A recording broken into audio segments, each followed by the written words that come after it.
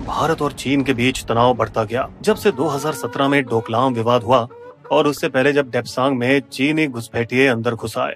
फिर जून 2020 में गलवान घाटी में मामला गरमाया जब चीनी सैनिकों ने हमारे एक निहत्थे सीमा दल पर हमला किया, जिसमें दुख की बात है कि हमारे 20 भारतीय सैनिक शहीद हो गए। चीन से बदले की भावना भारत में ऐसी फैली कि लोगों ने तय कर लिया कि वे मेड इन चाइना सामान नहीं खरीदकर चीन को सबक सिखाएंगे। भारत सरकार ने भी कड़ा रुख अपनाते हुए बैन कर दिए टिकटॉक, पबजी और 220 दूसरे चीनी ऐप्स। इसके अलावा भारतीय टेलीकॉम कंपनियों को साफ कह दिया गया कि वे हुआवेई और ZTE जैसी चीनी कंपनियों की 5G तकनीकों से दूर रहें। तब तक सबसे बड़ा अस्त्र प्रेस नोट 3 तैयार हो रहा था, जिसने चीन जैसे पड़ोसी देश की कंपनियों से आने वाले विदेशी निवेश को मुश्किल बना दिया। इससे पहले अलीबाबा और टेंसेंट जैसी कंपनियों ने भारत की 30 सबसे तेजी से उभरती कंपनियों में से 18 में पैसा लगाया था। अब उनके और पैसा लगाने पर पाबंदी लगा दी गई।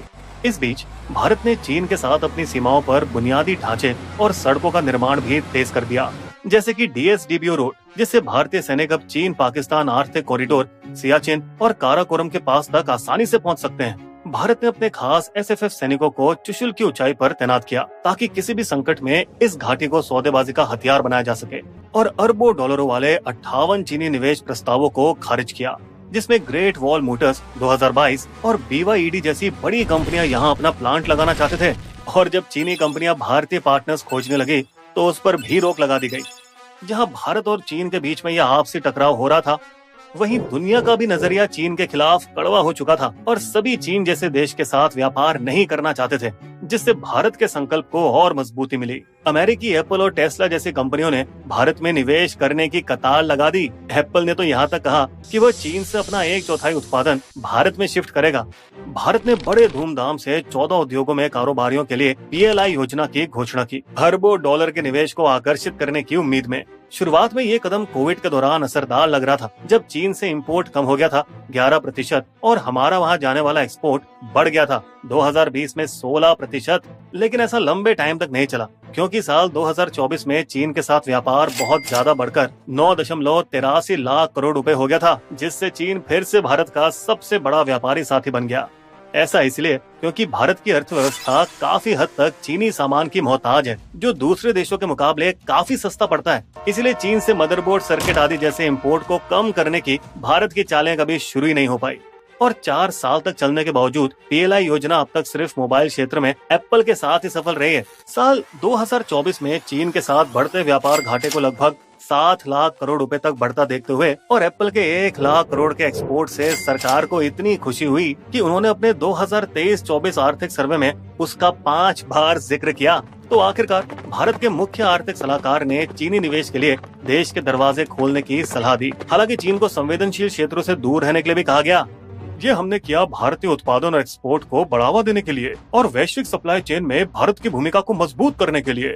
इस बात के सबूत हैं कि ये वाला तरीका काम कर सकता है। जब प्रेसिडेंट ट्रम्प की अमेरिका ने चीन से इंपोर्ट पर रोक लगाई, तब चालाक चीन ने इससे जूझने के लिए मैक्सिको और वियतनाम में भारी निवेश करना शुरू कर दिया, जिस वजह से मैक्सिको अमेरिका का सबसे बड़ा व्यापारी साथी बन गया, चीन और कनाडा को पीछे छोड़ते हुए। इसी तरह अमेरिका के वियतनाम से आने वाले इंपोर्टेड माल भी 2 गुने हो गए। पर विडंबना ये है कि चीनी कंपनियों के बिना आप कोई भी व्यापार की सप्लाई चेन को चीन से दूर नहीं ले जा सकते। और यही तो कारण है कि भारत अपने सालाना 8.5 लाख करोड़ निवेश लाने की घोषित लक्ष्य को पाने में असफल रहा, क्योंकि चीनी सप्लाई चेन का इस्तेमाल करने वाली विदेशी कंपनियां भी भारत में आने से झिझकती रही, क्योंकि उन्हें हमेशा से शंका थी कि भारत सरकार उन्हें इजाजत देगी या नहीं। एक नजरिया ये भी है कि चीन के साथ व्यापार बढ़ने से संबंध और ज्यादा मजबूत होंगे, क्योंकि कुछ भी गड़बड़ होती है तो चीन के पास भारत से ज्यादा खोने के लिए होगा। इसलिए पिछले 6 महीनों से मोदी सरकार ने चीनी निवेश पर अपना रुख बदल दिया है। उन्होंने निवेश की इजाजत दी इस शर्त पर कि भारतीय साथी कंपनियों के पास बहुमत हिस्सेदारी रहेगी। यही वजह थी कि भारतीय वोल्टास को चीन के हाइली ग्रुप के साथ कम हिस्सेदारी वाले प्लान को मंजूरी नहीं मिली और उन्हें अपनी योजना रद्द करनी पड़ी। वहीं चीनी साइक मोटर्स ने अपनी बहुमत वाली हिस्सेदारी को भारतीय JSW को बेच दी, जिससे उन्हें 2025 तक 5 नए मॉडलों के साथ भारत में अपना कारोबार बढ़ाने की मंजूरी मिल गई। कुछ ऐसे ही एसी बनाने वाली चीनी कंपनी हायर को भी लगभग 2.5 साल के बाद मैन्युफैक्चरिंग प्लांट 184 करोड़ रुपए में लगाने की मंजूरी मिली। और अब भारतीय डिक्सन टेक्नोलॉजी ने भी 2 चीनी कंपनियों के साथ LCD, thin film transistor, smartphone और टीवी बनाने के लिए एक ज्वाइंट वेंचर की योजना बनाई है। चीनी टेक्नीशियनों के लिए वीजा, जिसे सरकार महीनों तक रोक कर बैठे रही और जिसकी वजह से पीएलआई प्रोजेक्ट में भी देरी हो रही थी, उसको भी तेजी से पूरा किया गया। लेकिन दोस्तों, जैसा कहा जा रहा है कि इस चीज का असली मकसद सोलर पैनल और बैटरी निर्माण में भारत को बढ़ाना है। और अगर हम इसे मान भी लें तो जनाब ये बताइए कि ऐसा क्यों है कि रिलायंस को चीनी fast fashion label Shin launch करने की इजाजत दी गई? इससे देश का क्या फायदा होगा?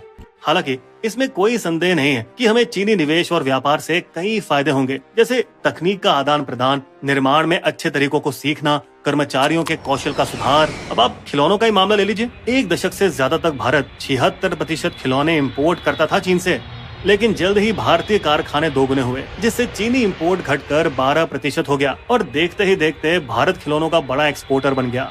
हालांकि ये जानते हुए कि चीन पर पीछे हटना राजनीतिक रूप से शर्मनाक हो सकता है, इसीलिए राजनेताओं ने जनता को गुमराह करने के लिए बड़ी बड़ी फेंकी।